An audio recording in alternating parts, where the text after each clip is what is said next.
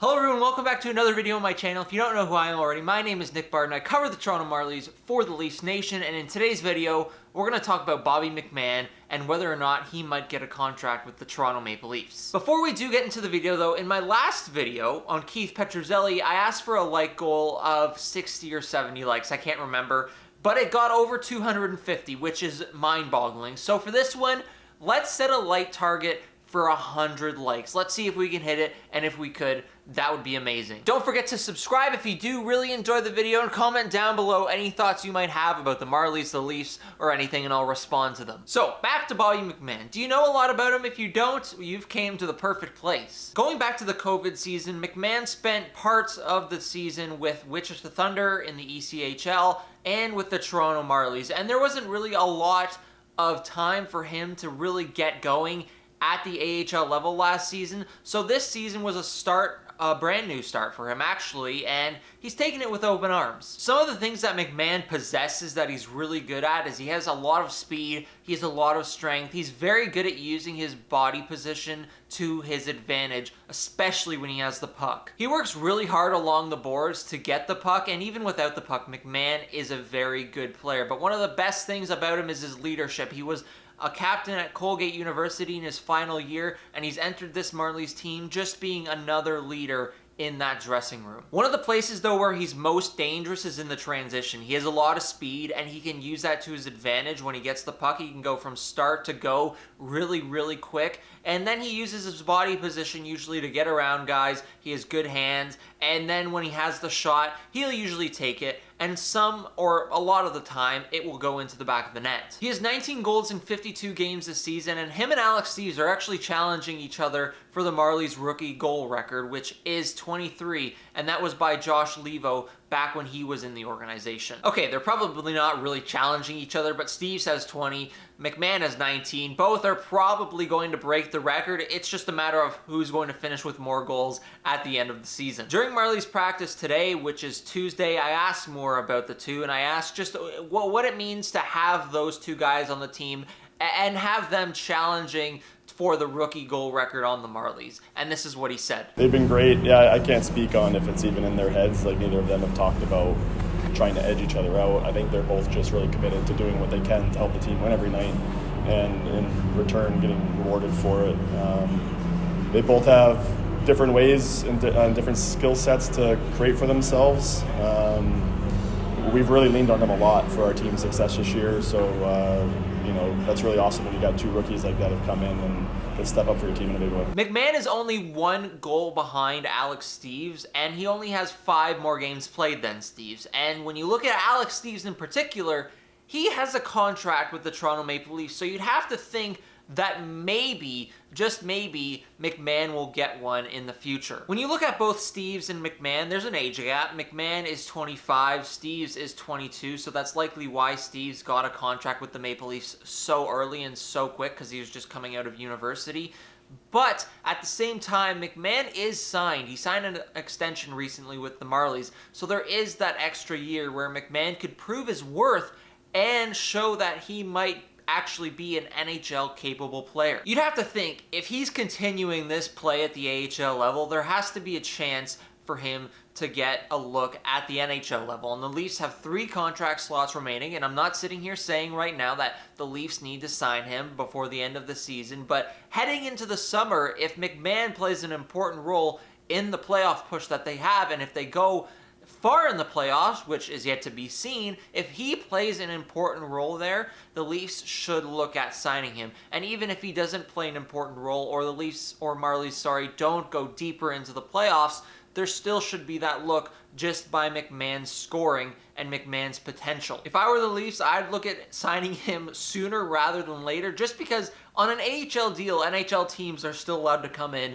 and sign players to NHL deals, even though it's not under the same farm team. Like, say the Leafs like somebody from the Belleville Senators. The Leafs can go, and if he's on an AHL contract, they can go in and say, hey, we like you, we want to play you on the Leafs, so why don't you sign with us? And that player can choose whether or not they want to sign, and that could be McMann's thing. If another team comes calling and they're like, hey, McMann, we have a contract that we'd want to offer you to get you into the NHL, and the Leafs aren't at that stage yet, McMann could go and say yes to that and leave the Toronto Marlies. But when you look at that scenario, he signed an extension with the Marlies. He likes being here. I'm sure he likes how the Leafs development staff is treating him and a lot of other players in terms of making them better and NHL capable players at the end of the day. So I don't think that scenario is likely, but just for the Leafs, just to see if he does continue this play, to see him at the NHL level, I think it would be best to at least get him to a contract,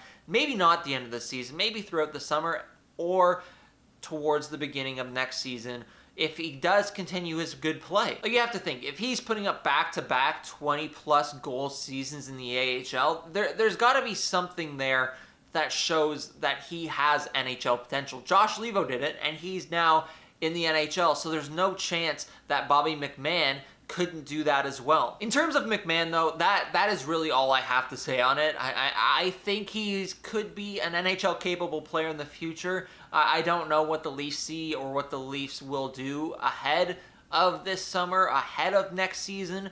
But again, if it was me, I'd be looking to sign him to an NHL deal just to get a look. Now, that ends the segment on Bobby McMann. I just wanted to provide an update on the Toronto Marlies goaltending situation, because if you don't know, they played 4 games on the road in the past week, and in Abbotsford, it was supposed to be Hutchinson and Petruzzelli in the lineup, and unfortunately, Petruzzelli was diagnosed with a concussion, and Hutchinson had to go up to the Leafs because Peter Mrazek's injury, so the Leafs had Hutchinson up, Petruzzelli was out, so the Marlies had to roll with emergency goaltenders for the 4 games played on western side of Canada. Remarkably, they pulled out 2 wins out of the 4 games played, but today we found out a little bit more information on just some of the goaltenders within the Maple Leafs and Marlies system and where they're at in terms of injuries. Joseph Woll suffered a shoulder injury a week or so ago, and he's out, no timeline. He's currently rehabbing. Keith Petruzzelli, like I said, was a concussion. He's out day to day, and he's getting back to trying to return. And in terms of Ian Scott, he's a guy that a lot of people have asked me about over the course of this season, especially when he's been injured, as people are like, where has he been? Where is he? There's no update on him at this time. I asked Greg Moore maybe a month and a half, 2 months ago, the same question, and he provided really the same answer. He didn't have any clarity. So when you look at Ian Scott at this point, there's really not much known about his status and where he might be in terms of playing in the future. But yeah, another quick few notes on the Marlies. Mark Michaelis, who's been out since I believe November with an injury, is back and he's practicing. He was in a full jersey today, no red jersey or anything. He was a full participant in Marlies practice. Joey Anderson missed the practice today, and he's been out for the last 2 games or 3 with an injury. And then as well, Semyon Argachintsev, who was diagnosed with a concussion a week or so ago, is back, and he's also in a full jersey and was a full participant in Marlies practice. And one final note I forgot to mention, Carter Hutton, who was acquired in a trade for future considerations with the Arizona Coyotes a few weeks ago or a month ago, he is now listed on the Marlies roster. If you remember, he had an injury and they wanted to keep him with Tuscan in the AHL, which is Arizona's farm team, and now he's on the Marlies roster on their website. I asked Greg Moore about it today, which is Tuesday, and he didn't really have an idea of what's going to happen. He didn't have a lot of answers on really much of the goaltending situation. He said a lot of it is just day to day. But Carter Hutton, he's not on Tuscan's AHL roster right now. He's on the Marlies. So there's always a chance that he could be one of the goaltenders coming along to play for this team that's riddled with injuries right now. So stay tuned for that. Carter Hutton could be on the Marlies very soon. But yeah, I think that's everything that I covered. I covered the goaltending, Bobby McMann, which the video was originally about, and any of the injuries that the Marlies have and who's returning. So again, if you do enjoy the video, make sure to leave a like. If you really enjoy it, subscribe. Comment down below any questions you might have, or you want to have a discussion about the Marlies or Leafs. Put any comment down below. Let's try and hit the like goal that I somehow forget already. 100 likes on the video. But yeah, that is it for me. Thank you so much for watching. Thank you so much for all the support on the recent videos, and we'll see you in the next one.